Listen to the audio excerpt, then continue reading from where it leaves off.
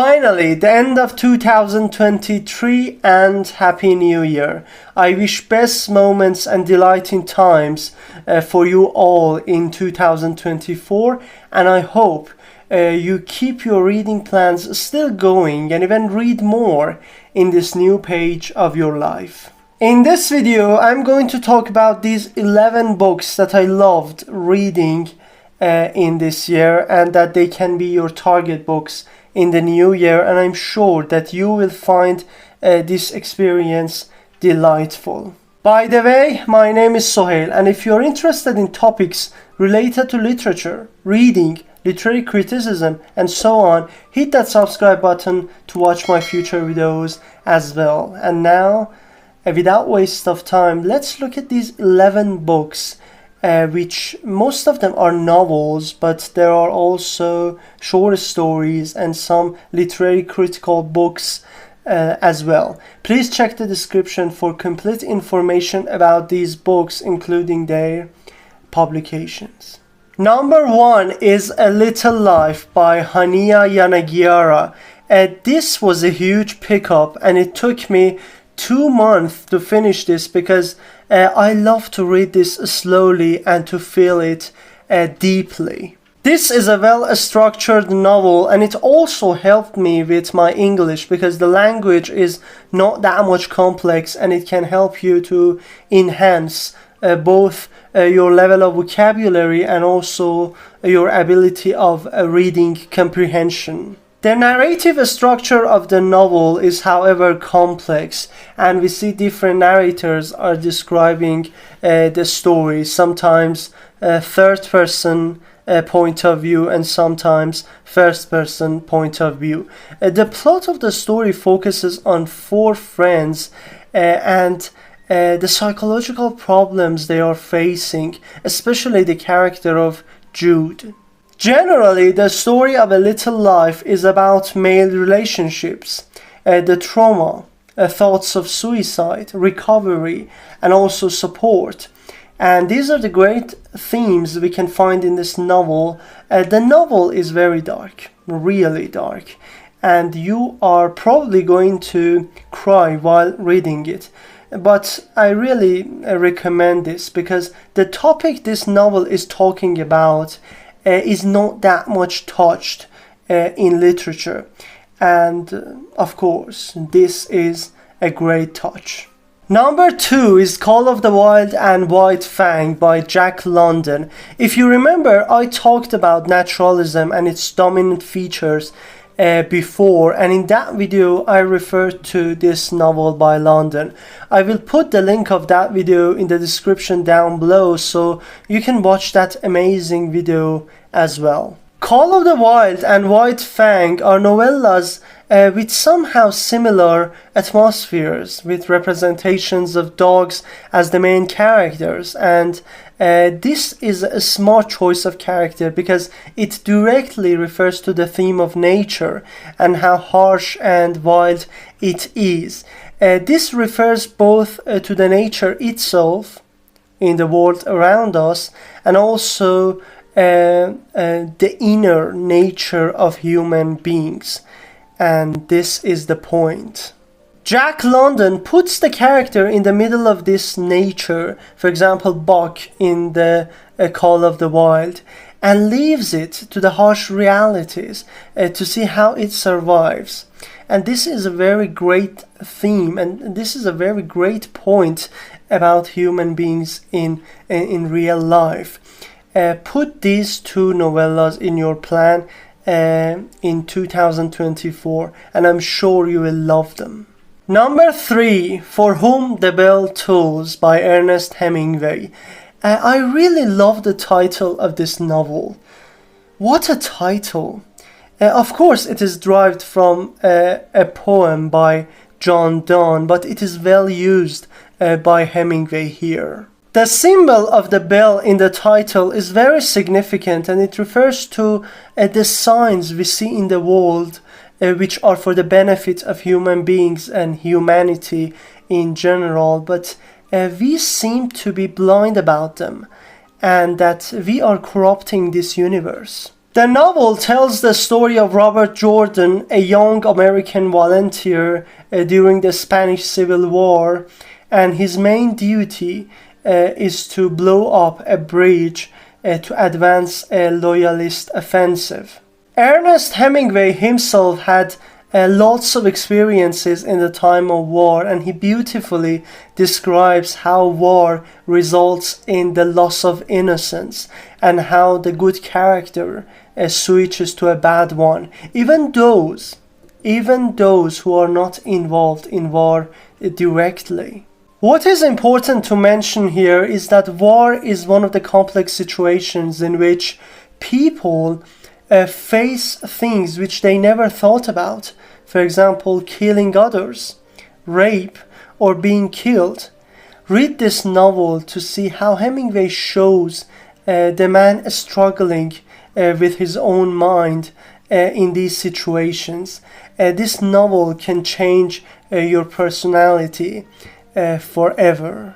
Number 4 is the novel The Couple Next Door by Shari Lapena, for those who are in love with the genre of detective fiction and mysterious stories. In this novel, we have a wonderful couple and their beautiful baby named Cora. But one night when they are at a dinner party next door, a terrible crime is committed. Suspicion grows, and the truth is a much more complicated story itself. When I first read this story, I was really shocked, especially in the second half of the novel, because that wonderful family had a hidden tale of duplicity, deception, and also unfaithfulness. And by the end of the novel, of course, all secrets of characters are revealed in a shocking twist. Actually, I love to, but I cannot talk about this novel because whatever I say spoils the plot of the story. So enjoy reading this if you're interested in detective fiction and mysterious stories and so on. Number 5 is Mythology by Edith Hamilton.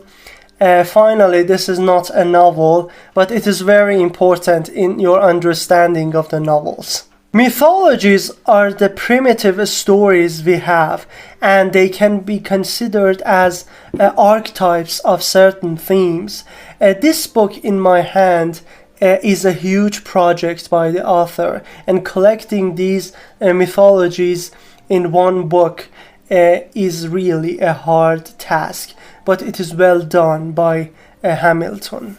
If you are a new reader to the topic of mythology, this book is the best choice without any question.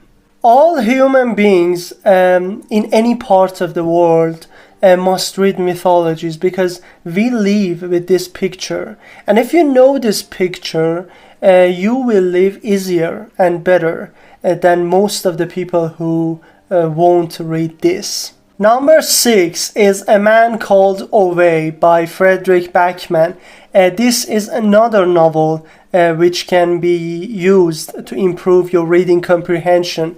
The original text, however, is written in Swedish language, but this translation is also well written. The story of A Man Called Away is a very special one. Sometimes you cry, sometimes you laugh. Sometimes you feel a sympathy towards the character, and sometimes you hate him. This story engages your emotions very much. The novel has short chapters and the narration is smooth and fluent.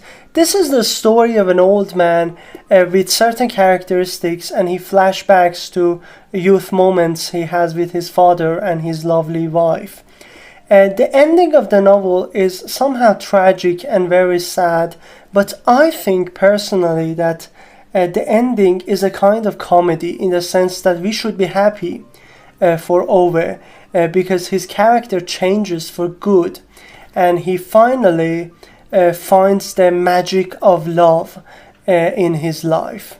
I really recommend this book to you all because I think we should all read this novel. It has lots of lessons in it, and you can also use it as a gift for people around you, especially those who are over 50 years old. This can be a great choice. Number 7, Alice Munro's short stories. The actual title of the book is Vintage Munro, which is the collection of her short stories, and it also includes her Nobel Prize presentation speech, which I wasn't that much interested in that.